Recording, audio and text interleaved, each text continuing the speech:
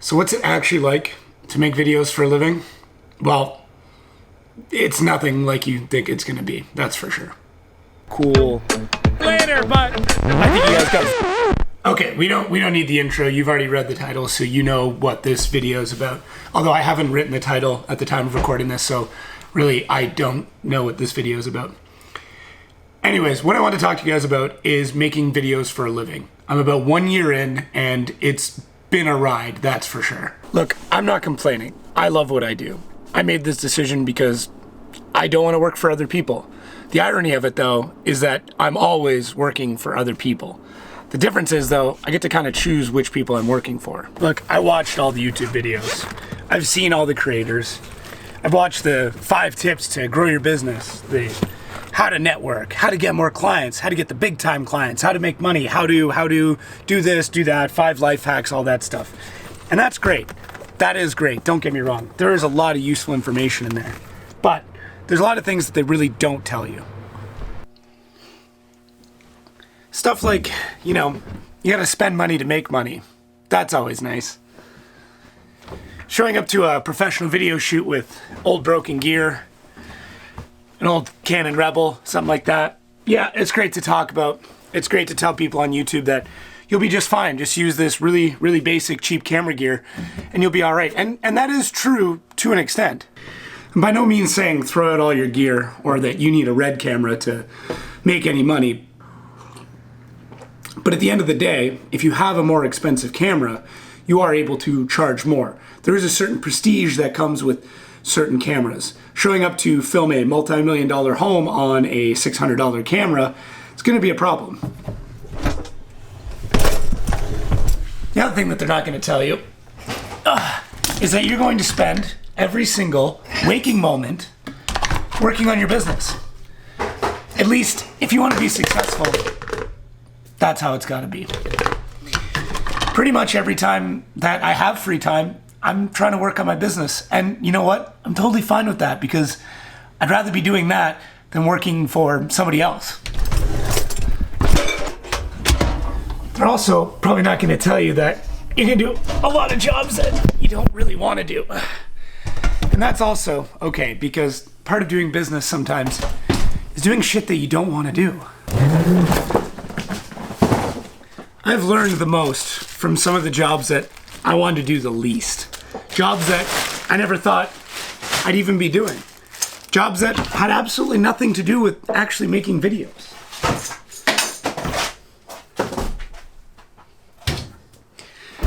But that's okay too, because those are also the jobs that I learned the most from. That wasn't closed.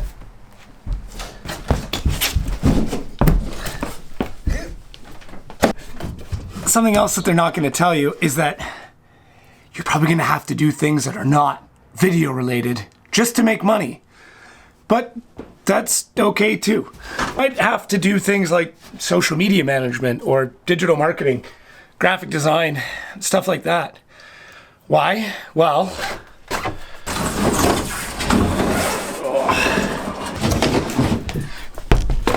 those things are sort of in demand right now. In case you've been living under a rock, things aren't great for businesses and stores right now, so they kind of need to do everything online. But that's okay. Because if you want to run your own business making videos, then you need leads. Where do leads come from? Well, leads are people that, need videos, so you need to find those people. And if those people need videos and those people need ads, then if you can service both of those things, or if you know somebody that can service both of those things, you're gonna be a lot better off. Something else that they're gonna probably not tell you, it's gonna kind of suck for a bit. And, oh my God, it's heavy. Doing this one hand is a bad idea. Oh. And things sucking are just part of it. By having things suck, you're gonna learn a lot more than if everything is just perfect all the time. And really, at the end of the day, business is a lot about learning. It's about making mistakes. It's about overcoming those mistakes and becoming better person and business person and stuff like that at the end of it.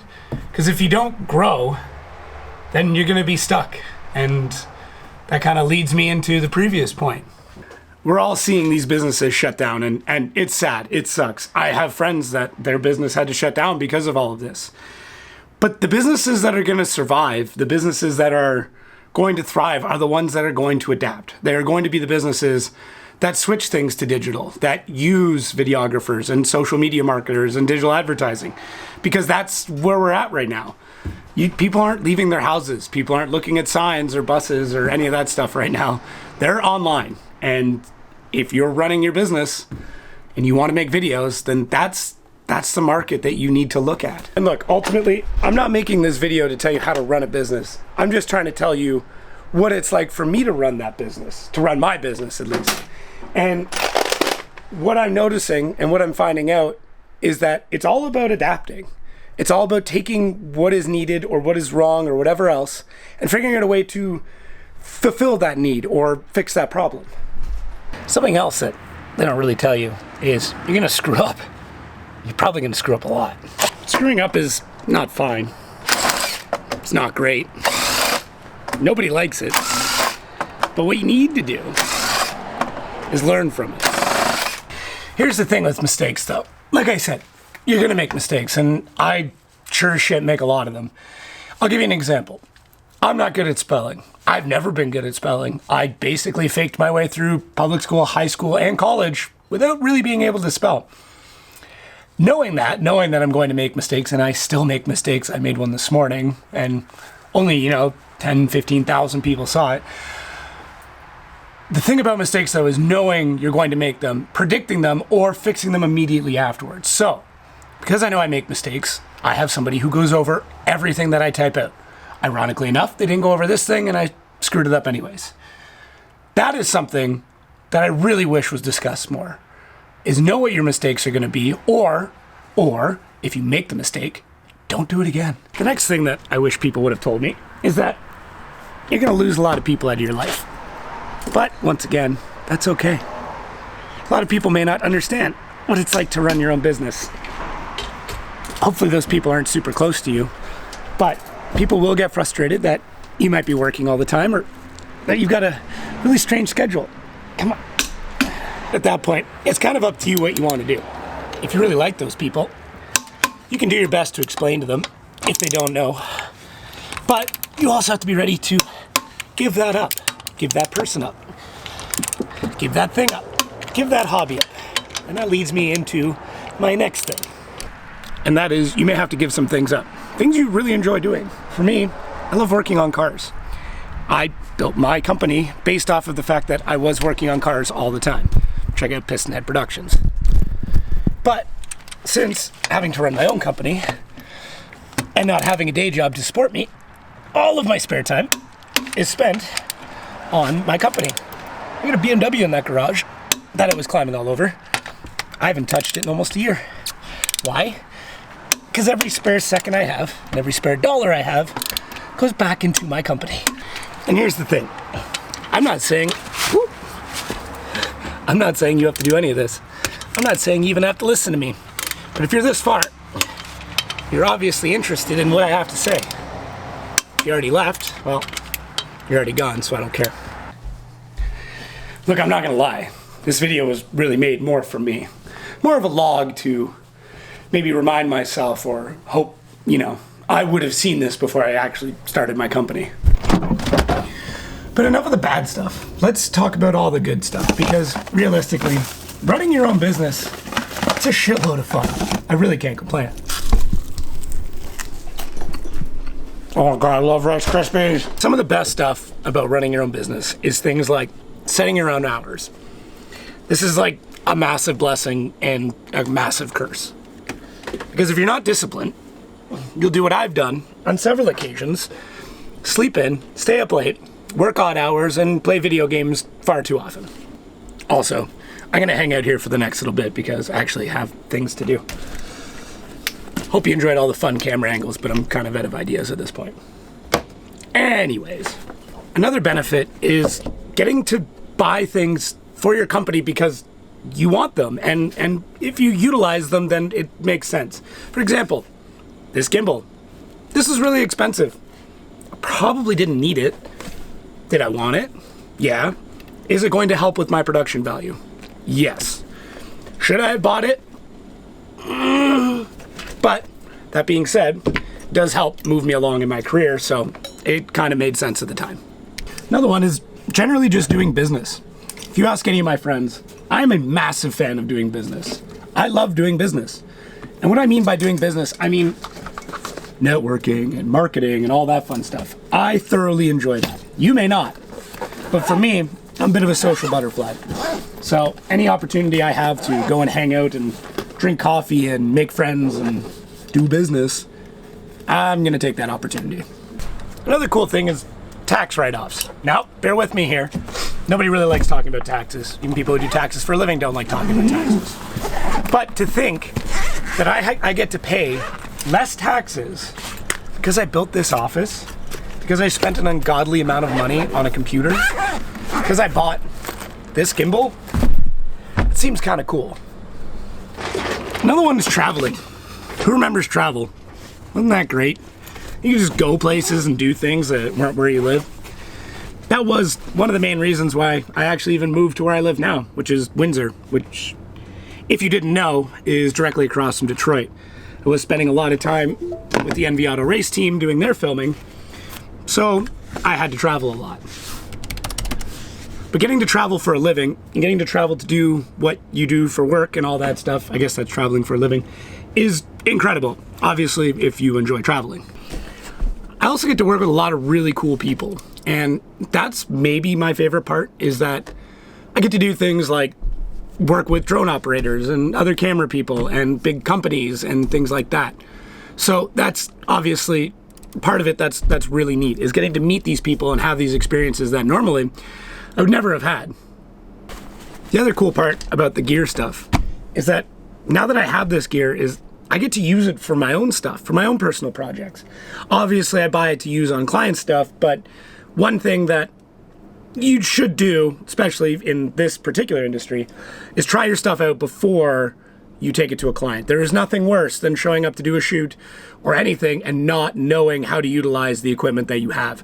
It makes you look unprofessional, and it's generally just not going to be a good time. One of the other huge benefits is being able to do stuff like this, like pack my bags for a trip in the middle of my living room. I'm also trying to work this out as a spot to film. I don't know what you guys think, but it needs a lot of work if it's going to be something I actually work with. But yeah, just being able to, sort of work with things anywhere I want in the house. Like I said, like packing my bag. Also, on a total side note, if you guys want a video about how I'm able to fit an entire video shoot into this one bag, please let me know down in the comments. So many batteries. All of the batteries. Another huge factor for me is being able to be who you want to be. Being able to decide what type of business you want to have and how your persona can go into that. I, for one, am an absolutely huge cannabis fan. I think it's great. I think it's wonderful. I just like it. I'm a big fan. In the same way people like whiskey, I like weed. I am very open, and I present that to a lot of people. Actually, all of my clients know that I enjoy cannabis, in the same way that I know most of my clients like whiskey and wine.